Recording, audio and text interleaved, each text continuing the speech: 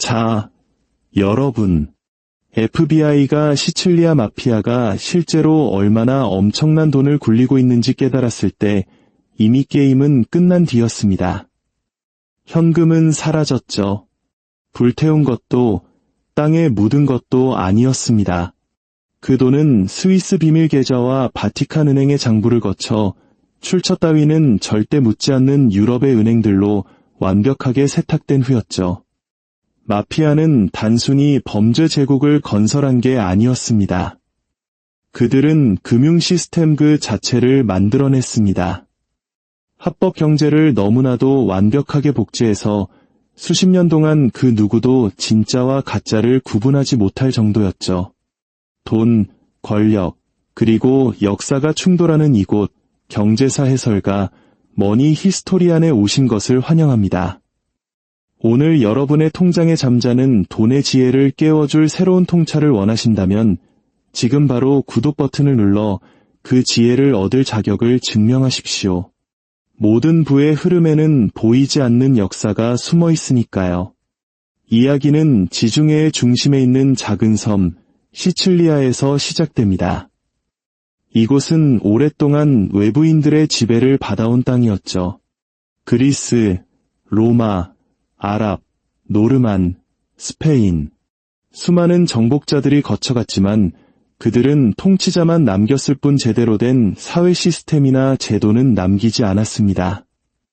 19세기에 이탈리아가 통일되었을 때도 시칠리아는 여전히 가난하고 분열되어 있었으며 법이라고는 존재하지 않는 무법지대였습니다. 새로 들어선 이탈리아 정부는 너무 멀리 있었고 썩을 대로 썩어 있었죠. 정의는 기대하는 것이 아니라 돈으로 사는 것이었습니다. 바로 그 권력의 공백 속에서 새로운 형태의 힘이 싹트기 시작했습니다.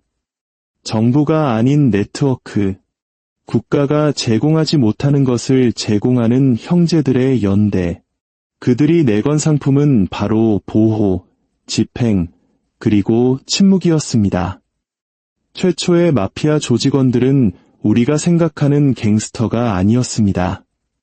그들은 중개인이었죠. 감귤 농장주들을 위해 계약을 이행해주고 운송되는 상품을 보호해주고 빚을 대신 받아주었습니다. 법원과 경찰이 제 기능을 못하는 땅에서 비즈니스가 원활하게 돌아가도록 만든 윤활유 같은 존재였던 겁니다. 하지만 여기엔 대가가 따랐죠. 바로 피초라고 불리는 보호세였습니다.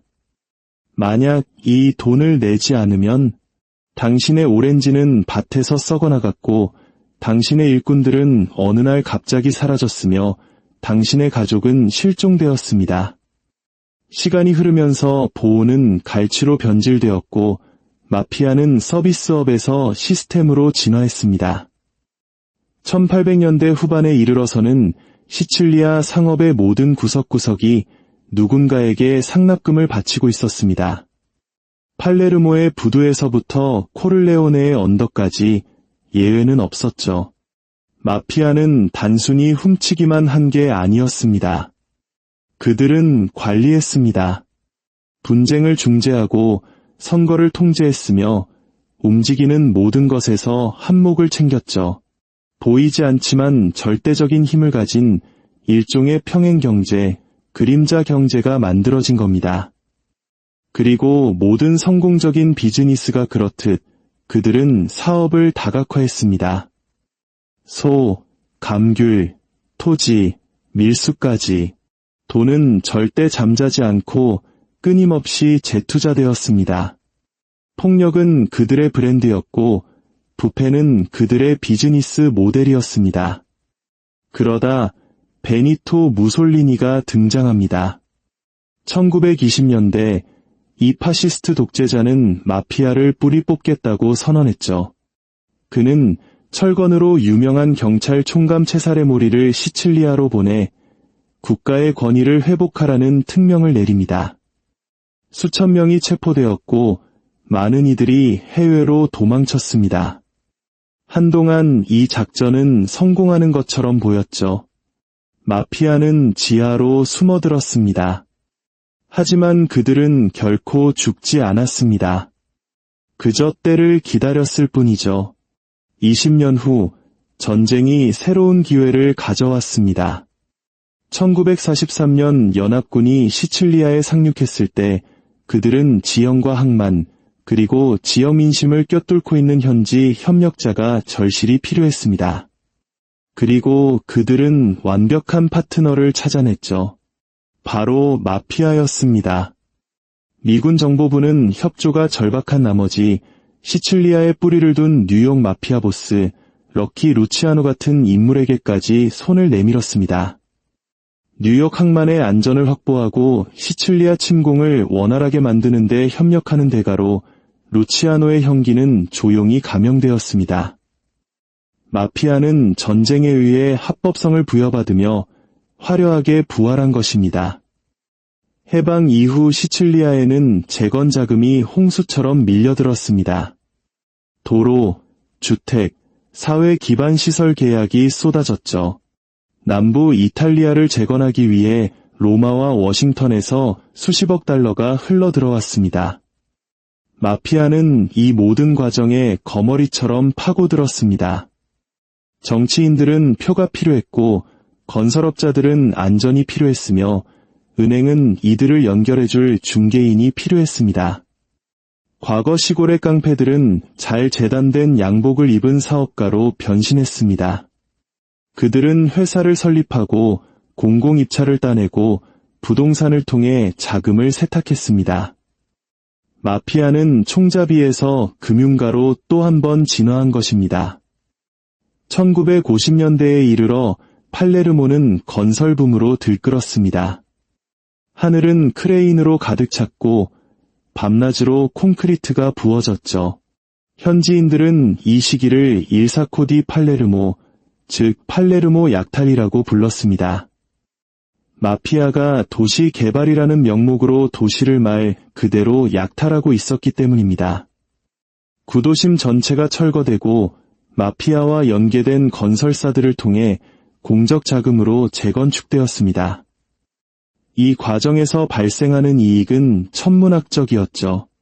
전 세계가 이탈리아의 경제 기적을 찬양하는 동안 그 이면에서는 시칠리아를 넘어 전 세계로 뻗어나가는 거대한 사적 자본 네트워크, 즉 그림자 기적이 펼쳐지고 있었습니다. 그리고 헤로인 거래는 마피아를 글로벌 기업으로 만들었습니다. 시칠리아는 대서양을 횡단하는 마약 공급망의 핵심 거점이 되었죠. 터키에서 온 모르핀 원료가 시칠리아의 비밀 실험실에서 정제되어 마르세유를 거쳐 미국에서 팔려나갔습니다. 1960년대 중반, 이른바 프렌치 커넥션은 미국 헤로인 수요의 거의 전부를 감당하고 있었습니다. 여기서 발생한 수억 달러의 수익은 어딘가로 가야만 했습니다.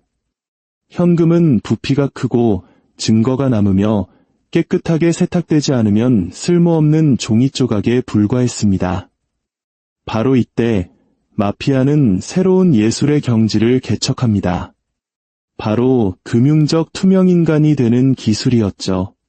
그들은 스위스와 룩셈부르크 은행에 투자하기 시작했고 헤로인 수익을 역의 회사와 익명신탁을 통해 세탁했습니다. 그들은 팔레르모의 호텔을 사고 토스카나의 포도밭을 매입했으며 파나마에 유령 회사를 세웠습니다. 돈의 진정한 힘은 쓰는 데 있는 것이 아니라 완벽하게 숨기는 데 있다는 것을 깨달은 것입니다. 1970년대는 이러한 진화의 정점이었습니다. 마피아는 정치인뿐만 아니라 은행가라는 강력한 친구들을 얻게 되었죠. 그리고 특히 한 은행이 이 폭풍의 중심이 되었습니다.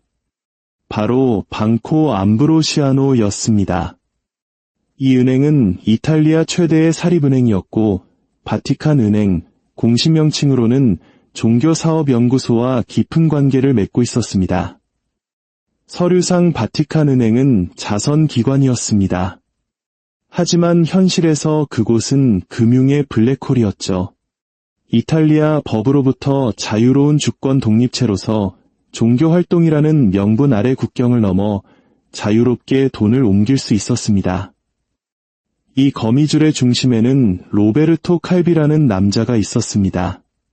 방코 암브로시아노의 회장이자 하느님의 은행가라는 별명으로 불리던 인물이죠. 칼비는 파나마, 룩셈부르크, 바하마의 역에 회사 네트워크를 구축하여 수십억 달러의 비밀 자금을 굴렸습니다. 그 돈의 일부는 정치 비자금에서 나왔고 일부는 마피아로부터 왔습니다. 그리고 훗날 수사관들이 밝혀낸 바에 따르면 일부는 바티칸에서 직접 흘러나온 돈이었습니다. 1982년 이 모든 것이 무너져 내렸습니다. 방코 암브로시아노는 13억 달러의 자금이 증발하며 파산했습니다. 공포에 질린 칼비는 이탈리아를 탈출했죠. 며칠 후 그는 런던의 블랙프라이어스 다리 아래에서 목을 매 숨진 채 발견되었습니다. 그의 주머니에는 현금과 벽돌이 가득 차 있었죠. 검시관은 자살이라고 결론 내렸지만 대부분의 사람들은 그것이 처형이었다고 믿었습니다. 마피아는 소송을 제기하지 않으니까요. 이 스캔들은 소수만이 인정하고 싶어 했던 진실을 폭로했습니다. 조직 범죄, 정치, 그리고 금융 사이의 경계가 이미 오래전에 흐릿해졌다는 사실을 말이죠. 바티칸 은행은 조용히 피해를 보상했지만 결코 유죄를 인정하지 않았습니다. 수십 명의 관련자들이 사임했죠. 하지만 시스템, 즉 그림자 금융의 기계장치는 살아남았습니다. 방코 암브로시아노의 몰락 이후 마피아는 또다시 변신했습니다. 1980년대에 벌어진 판사 암살, 차량 폭탄 테러, 경쟁 조직 간의 피비린내 나는 전쟁은 전례 없는 사회적 주목을 끌었습니다. 이건 비즈니스에 전혀 도움이 되지 않았죠. 그래서 다음 세대, 이른바 화이트칼라 마피아는 총알을 재무제표와 맞바꿨습니다. 그들은 주식시장, 부동산, 글로벌 무역에 투자했습니다. 돈은 더 깨끗해졌고 방법은 더욱 정교해졌습니다. 1990년대에 이르러 이탈리아 반마피아 위원회는 조직 범죄가 연간 1,000억 달러 이상, 즉 이탈리아 GDP의 약 7%에 달하는 수익을 창출한다고 추정했습니다. 이는 마피아를 이탈리아 최대의 기업으로 만든 셈이었죠. 하지만 피아트나 애니 같은 대기업과 달리 그들은 세금을 한 푼도 내지 않았고 어떠한 규제도 받지 않았습니다. 모든 거래는 현금, 그림자 계좌, 역의 자산을 통해 이루어졌죠. 당국이 단속을 강화할 때마다 돈은 다른 곳으로 흘러갔습니다. 런던은 그들이 가장 선호하는 장소가 되었고 스위스, 룩셈부르크, 카리브해도 마찬가지였습니다. 단속은 마피아에게 더 빨리 움직이는 법, 즉 여러 겹의 유령 회사와 대리인을 통해 소유권을 위장하는 법을 가르쳐주는 과외나 다름없었습니다. 2000년대가 되자 마피아의 부는 합법적인 비즈니스에 너무나 깊숙이 스며들어 경제학자들조차 어디까지가 깨끗한 이탈리아고 어디부터가 범죄 이탈리아인지 구분하기 어려워했습니다. 이제는 시칠리아 마피아만의 이야기가 아니었습니다. 칼라브리아의 은드랑게타, 나폴리의 카모라, 그리고 수많은 해외 카르텔들이 똑같은 수법을 채택했습니다. 그들은 글로벌 시장에 투자하고 고급 부동산을 사들이고 합법적인 회사의 주주가 되었습니다. 한때 지역에 국한되었던 검은 돈은 다국적 자본이 된 것입니다. 오늘날 법 집행기관들은 전 세계 GDP의 2에서 5%, 즉 2조 달러가 넘는 돈이 매년 세탁되는 것으로 추정합니다. 그중 일부는 전통적인 범죄에서 비롯되지만 대부분은 부패, 탈세, 기업 사기를 통해 흘러나옵니다. 하지만 그 구조, 그 청사진은 100년 전 시칠리아 마피아가 구축한 것과 똑같습니다. 익명의 소유권, 추적 불가능한 송금, 그리고 돈으로 살 수 있는 침묵. 아이러니한 점은 한때 조직 범죄라고 불렸던 것이 이제는 조직 금융과 너무나 흡사해 보인다는 것입니다. 마피아 회계사들이 개척한 기술들, 예를 들어 다단계 거래, 역외법인, 무기명 주식 등은 오늘날 억만장자, 대기업, 심지어 정부가 사용하는 도구와 정확히 일치합니다. 마피아는 자본주의를 타락시킨 것이 아닙니다. 그들은 자본주의를 완벽하게 이해했던 거죠. 자세히 들여다보면 유사점은 어디에나 있습니다. 마피아가 항구를 통제했다면 현대의 초국적 기업들은 공급망을 통제합니다. 마피아가 공포를 통해 돈을 갈취했다면 현대금융은 빚을 통해 그렇게 합니다. 마피아가 부동산을 통해 현금을 세탁했다면 글로벌 투자자들은 합법적으로 똑같은 방식으로 주택시장을 부풀립니다. 차이점은 서류 한 장뿐입니다. 시칠리아 마피아가 진정으로 구축한 것은 단순한 범죄 제국이 아니었습니다. 그것은 하나의 경제 철학이었습니다. 돈은 어디서 왔는지는 신경 쓰지 않는다. 오직 어디로 가는지만이 중요할 뿐이다. 그들의 이야기는 과거의 유물이 아닙니다. 현재를 비추는 거울이죠. 러시아의 올리가르히가 런던의 재산을 숨길 때, 정치인들이 역의 신탁을 통해 돈을 빼돌릴 때, 대기업들이 세금을 피하기 위해 수익을 조세 피난처로 이전할 때, 그들은 모두 마피아가 설계한 바로 그 그림자 네트워크를 사용하고 있는 것입니다. 이름만 바뀌었을 뿐 시스템은 그대로입니다. 수십 년간의 스캔들 이후에도 바티칸조차 여전히 투명성 문제로 어려움을 겪고 있습니다. 2020년 새로운 보고서에 따르면 수억 달러의 교회 자금이 여전히 역의 계좌와 고급 부동산을 통해 투자되고 있음이 드러났습니다. 방코 암브로시아노의 유령은 여전히 권력의 복도를 배회하고 있는 것이죠. 하지만 정작 마피아 자체는 훨씬 조용해졌습니다. 1980년대의 유혈랑자한 모습은 대부분 사라졌습니다. 오늘날의 진짜 대부들은 가죽 재킷 대신 정장을 입고 뒷골목이 아닌 이사회 회의실에 앉아 있습니다. 폭력은 이제 금융적입니다. 조용하고 정밀하며 보이지 않죠. 자금 세탁은 통제를 위한 수단으로서 살인을 대체했습니다. 진정한 대부는 총을 든 남자가 아니었습니다.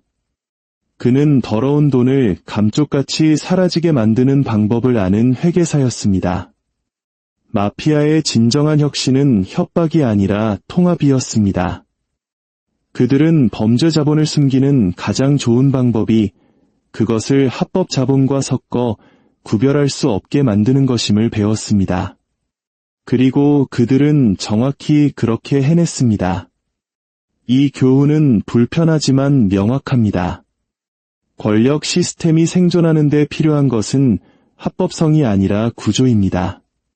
마피아가 현대사에서 가장 효율적인 사설 경제 중 하나를 구축할 수 있었던 것은 그들이 돈에 대한 근본적인 진실을 이해했기 때문입니다.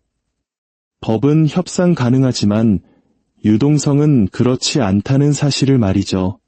시칠리아 마피아는 가난 속에서 시작했을지 모르지만 자본의 대가로 끝을 맺었습니다. 그들의 그림자는 모든 익명 계좌, 모든 역의 신탁, 그리고 책임없이 돈을 옮기는 모든 투자 펀드 속에 여전히 어른거리고 있습니다. 그들은 세상의 신뢰를 무기화하는 법, 투명성을 부패시키는 법, 그리고 비밀 그 자체를 자산으로 바꾸는 법을 보여주었습니다. 그들은 탐욕을 발명하지 않았습니다. 단지 그것을 전문화했을 뿐입니다. 그리고 아마도 이것이 마지막 아이러니일 겁니다. 마피아는 자본주의를 파괴한 것이 아니라 오히려 그것을 완성시켰다는 것. 오늘 이야기가 돈의 흐름을 보는 새로운 관점을 제시했다면 그 지혜의 연결고리를 놓치지 마십시오.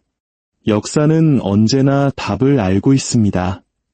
저는 여러분이 그 답을 어디서 찾아야 할지 알려드릴 뿐입니다.